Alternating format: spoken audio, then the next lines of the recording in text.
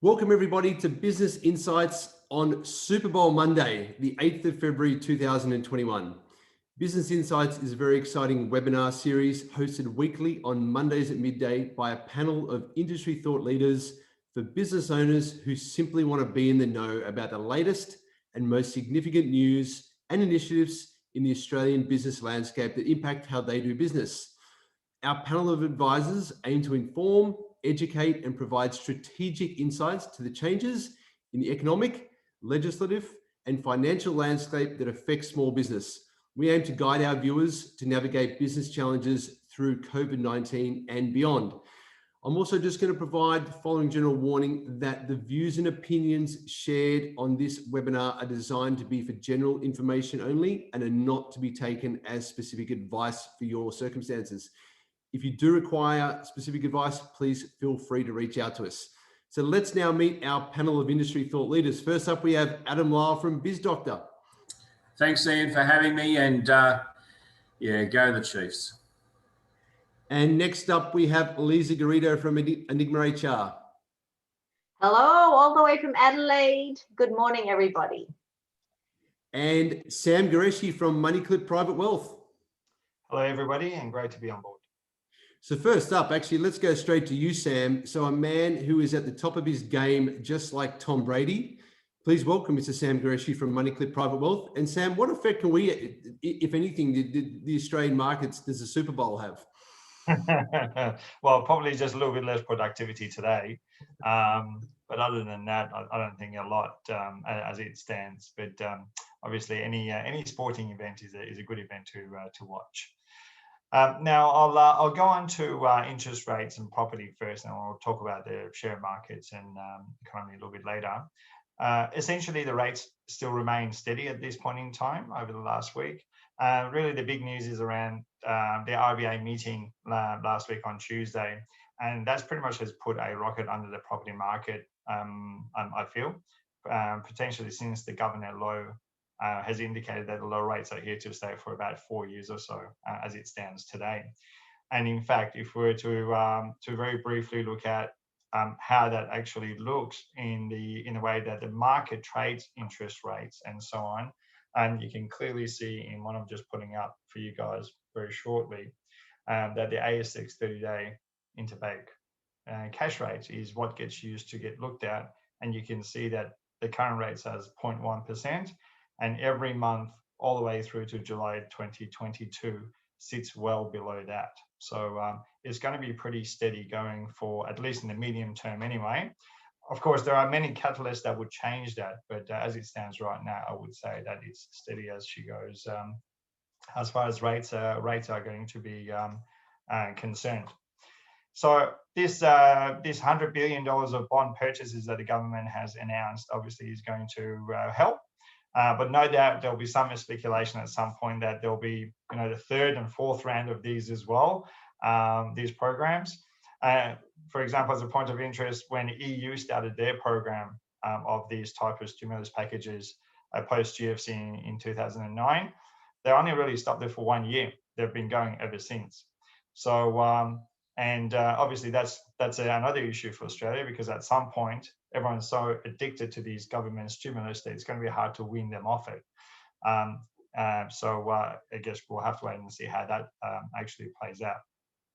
Now, no sooner than I had mentioned last week about the stamp duty, and there's no news. Perhaps the Treasurer had heard her webinar, because on Friday he announced that they are putting together the scenarios to bring to the public consultation about that. And the rough numbers that's being thrown around is an average cost of about $2,300 a year, being the land tax value that potentially you would pay as a new purchaser. This program will be prospective, not retrospective. So if you already own properties, it won't affect you. And they feel that somewhere in the vicinity of 20 to 25 years is the period it's going to take for the changeover of everyone from the old system to the new system, just through property transactions and so on. So that'll be quite interesting. And there's some talks that, potentially that's going to have a higher turnover of property, maybe as much as 50% more turnover of property. because obviously the barrier to entry is much lower, which will probably lead to some increases in the value of their properties because of that as well. And definitely the market has started with a bang this year. Again, when we look at the most recent week's results in the auctions, Victoria was at 84%, New South Wales was at 91%, South Australia 96%. Even Queensland hit 75%. They were much lower last week. So certainly that cheap money is giving a big dose of what you would know as FOMO, fear of missing out to the property buyers. And that means that we're very much in a seller's market as it stands right now. I should say though that there's a water warning that I should give. It's around, if you're looking to sell, then buy a property, you need to really consider that you can you should do those transactions as concurrent as possible. Otherwise, you may get locked out of buying what you want in a particular suburb, especially if you're going to be upgrading. So a big item for you guys to be very mindful of that. Now, moving on to the markets, they had a very good week last week. They rose some 3.5%, negating the prior week's downturn. GME, the subject of much discussions of the last couple of weeks, it's fallen back into a much lower price. As it stood now, it was about $40 US end of last week, and that's about 1/10 of what it actually got up to at its peak just a couple of weeks before.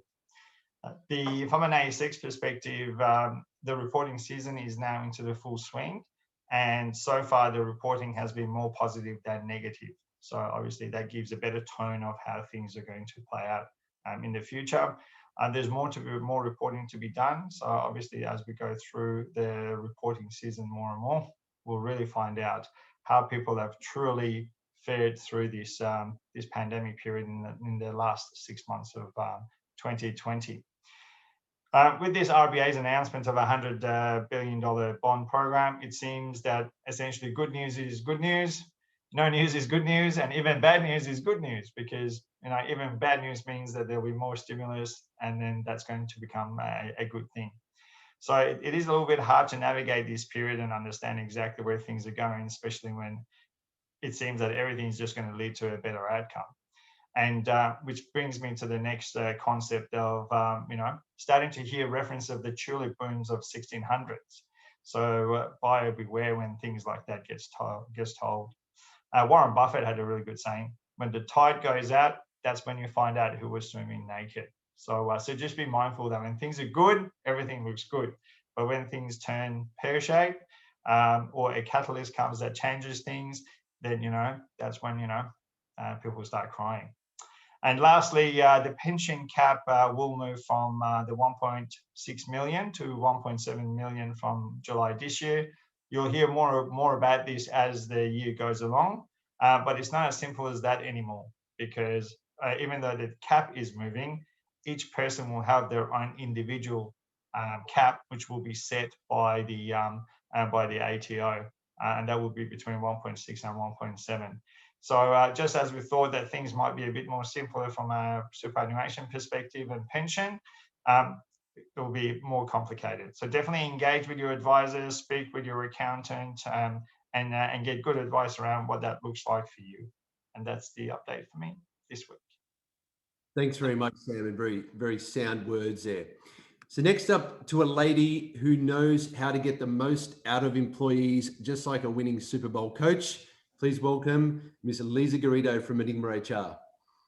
Oh, I like the theme, Ian. Great. Awesome. Okay, so last week, if you recall, we talked about the rollout of the vaccinations and the phases that we were going to go through, and what does that mean for Australia's employers. Now, obviously, since the UK vaccinations have already begun underway, it has in fact sparked a lot of questions about where employers will stand with regard to immunization. So, for example, Alan Joyce, the Qantas boss, already said that once a vaccine is widely available, all passengers flying internationally will have to show proof that they've had the vaccination. So it's almost like a no vax, no fly position, as he suggests. And this obviously ignites a lot of questions about what employers should do with regards to the necessity or the compulsory vaccination. So because it poses a lot of moral and ethical ramifications, it's really a bit tricky to just have a one answer reply to this. But really, the reality is that if it's mandated by the government, the vaccinations, I mean, most employment lawyers would suggest that it won't be an issue for employers to mandate vaccinations. But if it's left with employers to make that decision, they're going to have to make difficult considerations to think of, and whether it is reasonable to measure the enforcement of vaccinations as an employer. So what are the things that have to be considered as part of this decision-making process? Firstly, all employers will have to consider the role of that employee, how vulnerable they are to those they come in contact with during their whole employment process or the role, and the risk involved if they refuse to be vaccinated. That's the first thing. Secondly, employers will also have to weigh up the current threat of COVID-19 and how close Australia or our state, New South Wales, Melbourne, Queensland, how close that state is to eliminating the COVID-19 threat altogether. Thirdly, there's the risk of possible side effects, right? And this has been talked about. Have those been investigated fully, and do those risks outweigh the need for the employee to be vaccinated? Fourth, you should also consider as employers the appropriate resolution for an employee who refuses to be vaccinated. Could you fire them? Would that lead to a costly unfair dismissal claim? And fifth, the other problem to consider is how long these vaccines are going to last. Are they going to ask us to keep our shots up to date? There's a whole host of questions to consider. So obviously in the areas where there is high risk, for example, those that are dealing with vulnerable people, and we talked about this last week, the likelihood that the frontline workers in quarantine hotels, aged care and healthcare staff, the likelihood that there is a possibility of vaccinations to be mandated in their sectors is a very high possibility. As I mentioned last week, for instance, there is in the US, you are legally able to include certain types of vaccination in your pre-employment requirement. For instance, the influenza shot each year for those who are in the healthcare and aged care staff. So essentially, employers would need to make decisions on a case-by-case basis for each employee, weighing up all the different risk factors. Do you know how complicated this is going to be in the next few months? So we all have to remember that we have a duty to take reasonable precautionary measures to ensure health and safety in the workplace. And that would definitely include carrying out a risk assessment for each individual employee in each individual situation. So if you are an employer that doesn't know how to do this, this is the time to actually ask for assistance and ask for really good advice. The likelihood is that the court would probably look favorably on a situation where an employer did not try to offer, if they did not try to offer an alternative, for instance, for example, allowing an employee to work from home, or looking at other measures before having vaccination a necessity, that would probably be an issue if an employer doesn't give opportunities like that. The other thing we need to look at as well is that I'm sure the unions would also play a role in pushing back against mandated vaccinations, unless we are able to prove that it's a reasonable health and safety measure. So I'm sure they're going to juggle, the unions will juggle the responsibility for the collective safety of their workforce with the individual rights of the employees. So as of yet, I have no clear answer. Our industry has no clear answer to this. Watch out what's going to happen in the UK and what mandates and what changes in employment and employee relations this will occur. But I think that it's unlikely that the Morrison government is going to mandate vaccinations. So on that note, here are my key takeaways for you.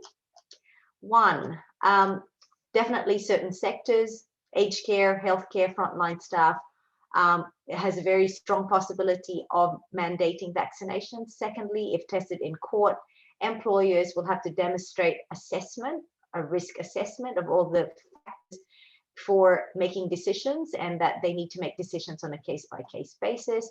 And of course, any future action by employers to make this mandatory will depend on the reasonable health and safety measures they uphold in the workplace. That's it for me. Thanks, Ian. Thank you very much, Lisa. Excellent words there. And now to a man who knows how to fix a business so that they can play in their equivalent of next year's Super Bowl, Mr. Adam Lyle from BizDoctor. Thanks, Ian. Did I tell you that I was going for the Chiefs today? Tom Brady might have won 7 Super Bowls. He's got nothing today. I haven't seen the score yet. That game lasts for about 4.5 hours or something, doesn't it? Anyway, let's move on to what the heck's going on. So I thought about this over the weekend while I was sunning myself on the Sunshine Coast in Queensland. I took stock of what was actually going on. A lot of people probably realise that 97% of all people that are employed in this country are employed by the SM sector. And 95% of all tax paid in this country is paid by the same sector. Now, there's 2.1 million SME businesses in this country, 2.1 million. So there's a lot of people that are exposed to what is going on, but also could benefit from watching Business Insights. And, you know, we're grand visions of our reach going out to quite a number of those people. But today I'd just like to touch on where are we at? Because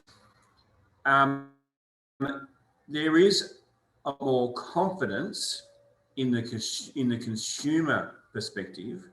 The business confidence hasn't quite gone through just yet. I just wanted to just share my screen with everyone just to see. I hope that's working. It does appear to be, I hope. So let's have a look. Look, the RBA and a number of other highly regarded economists are suggesting that the Australian economy needs to contract out of this year. That's probably not but for that. The second thing is, what the upside is that the economy will begin to improve in the second half of the year. I actually predicted last year that October would be the month where we would start to see some break even coming back into the world. Number 3 is those who have been able to engage online are the ones that are winning the race. So if you can engage online, get your payments online, talk to your customers and your staff, and you're all online, then the reality is you are going to be ahead of the game. Number 4, and I touched on this last week, is you need to make sure that you're seeing some flow through of your.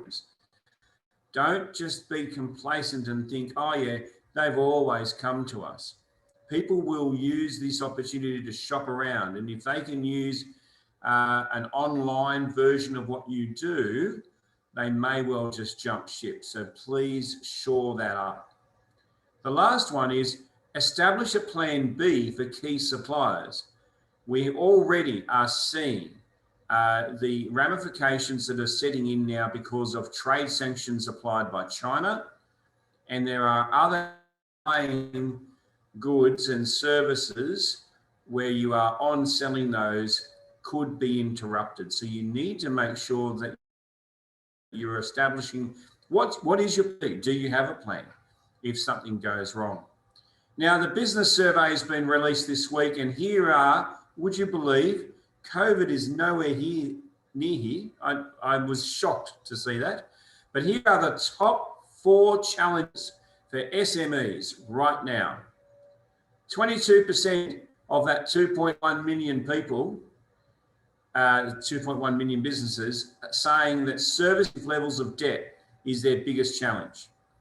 16%, both, there's two lots of 16%, say that diversifying their funding or sourcing new funding is their biggest issue. And that probably goes back to Sam's comment last week, insofar as people who are getting pressured by banks to pay up their arrears and those who have not necessarily communicated with their banks the best are going to need to find new funding. And that's not the easiest thing to do today.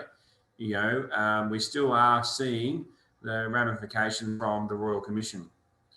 Securing or increasing your customer base is the other 16%er, and that is something that people are finding that there are a lot of competitors out there very aggressively attacking your customers. And only 11% of all of the 2.1 million businesses find that avoiding insolvency is their biggest challenge. Now, remember that we will see a spike in insolvencies, particularly in the first half of this year. So I'd be helpful for our viewers. I am really keen to see the latter part of this year, to see businesses onwards and upwards and surviving. Let's all listen to the fantastic panelists we've got here and make our businesses better. Thanks very much, Adam. Once again, very fantastic words there. So just a few updates from me regarding tax. So as previously mentioned, we are on the 8th of February, 2021. So this means that businesses only have just 6 days left to make their January JobKeeper declarations by the 14th of February. If you haven't lodged your December 2020 BAS yet, so that the ATO is satisfied that you qualify for this new phase of JobKeeper, you do have the option of declaring your December 2020 turnover before you lodge your BAS so that you can make your declaration by the 14th of February. So I also wanted to cover off the JobMaker scheme today, which is the incentive for businesses to employ additional young job seekers. So employers can access the JobMaker hiring credit scheme for eligible additional employees they hire between the 7th of October 2020 and the 6th of October 2021. So it runs for a period of 12 months. And now look, through the JobMaker hiring scheme, employees are going to receive through their employer payments of up to $200 per week if the employee is aged between 16 to 29, and $100 per week if the employee is aged between 30 and 35. So employers can now register with the ATO and make a claim for the first JobMaker period from the 1st of February 2021. So to be eligible for this JobMaker scheme, you must check that you're an eligible employer, employ additional eligible employees, register for the JobMaker hiring credit before you first make the claim. And this can be done online via the ATO portal, just like the JobKeeper declarations are done. You must satisfy the headcount increase condition, and you must satisfy the payroll increase conditions. Let's look at some of those aspects in a little bit more detail now. So the headcount, pardon me, a little bit of a dry throat there. So as an employer, to receive the payments, you must prove that you are creating new employment positions. You do this each JobMaker period by showing an increase in your employee headcount and in the employee payroll. The amount you get is based on the number of eligible employees that you have hired. So the headcount includes full-time, part-time, casual, fixed term, and non-fixed term employees. It does not include contractors. Okay, so it does not include contractors or subcontractors. It is only full-time, part-time, casual, fixed term, and non-fixed term employees. So which employees are eligible for the JobMaker scheme? So they have to have been employed by the entity between that 12-month period. So from the 7th of October 2020 and the 6th of October 2021, they need to be aged between 16 and 35 years old when they started employment at your place of work. They have to have worked or been paid an average of at least 20 hours per week in the JobMaker period that you are claiming the payment for. And they have to have completed a JobMaker hiring credit employee notice for the employer. Now, this is the tricky one so at the moment, if I'm running through this with a client, lots of those points that I've just mentioned are quite easy to have ticked off. But in order to receive the JobMaker credit, that person must have previously been receiving either one of these three. So the job seeker payment, the parenting payment, or the youth allowance payment. Okay, so that's where it gets a little bit tricky. I'll just reiterate those again. So that new employee must have been receiving prior to employment with your business, the job seeker payment, the parenting payment, or the youth allowance payment. So what else needs to happen is that your headcount needs to increase. So what that means is that, let's say that prior to the JobMaker period, you had 15 employees. You now then need to have 16 employees, and also your overall payroll figure needs to increase. And why they've put that in there is so that you're not diverting the wages and paying your current employees less just to create the new position. So employee headcount needs to increase, and then also your overall wage bill for that period needs to increase as well. So that's just a little bit on JobMaker, and those first declarations opened up on the 1st of February, so you can jump online and do those via the ATO portal. I just wanted to ask any of the panel, were there any questions that anyone had for anyone today? I've got one for you, Wayne. That information you just shared is so vital, but it's quite comprehensive. Is there any way that we can have that on our Business Insights Facebook page, please? Yeah, absolutely. There is, because there's the 5 criteria that, the business needs to satisfy. And so the headcount increase, the payroll increase, they need to be an eligible business, etc. So there is a fair bit of detail in those. So I will put up a link on our Facebook page to make sure that businesses can get all the information that they need there. Thanks, Ian, because that's actually some of the queries I'm getting is in relation to obviously hiring and some strategies for that. And I always have to remind them that they can take advantage of the JobMaker credits when we look at hiring, as long as the business qualifies for that. So, which is what I then have to investigate with them and their accountant. Right, and that's the reason why you're providing the update. So it's certainly a consideration, but it needs to be explored rather than confirmed as a strategy, right? So really interesting points there. Thanks, Ian, for raising those. No problem. Did anyone else have any questions before I finish off with a quote? Well, halftime score, Chiefs are down 21-6. Yeah, I know. I did actually look at that, Adam, when you were talking, but I didn't want to steal your thunder there. But let's look at a quote from Tom Brady, because I love sport, because I really like to link sport back to business. So here's one from Tom Brady. I don't care about 3 years ago. I don't care about 2 years ago. I don't care about last year. The only thing I care about is this week. So what's that telling me? Let's make this week happen, guys. Let's go out and get it. Thanks very much, viewers. Thanks very much, panelists. Thanks for listening. Looking forward to seeing you next week. This video will be put up on our YouTube page, and also it's streamed live on our Facebook page. So thanks very much, guys, and look forward to seeing you next week. And also on LinkedIn, guys.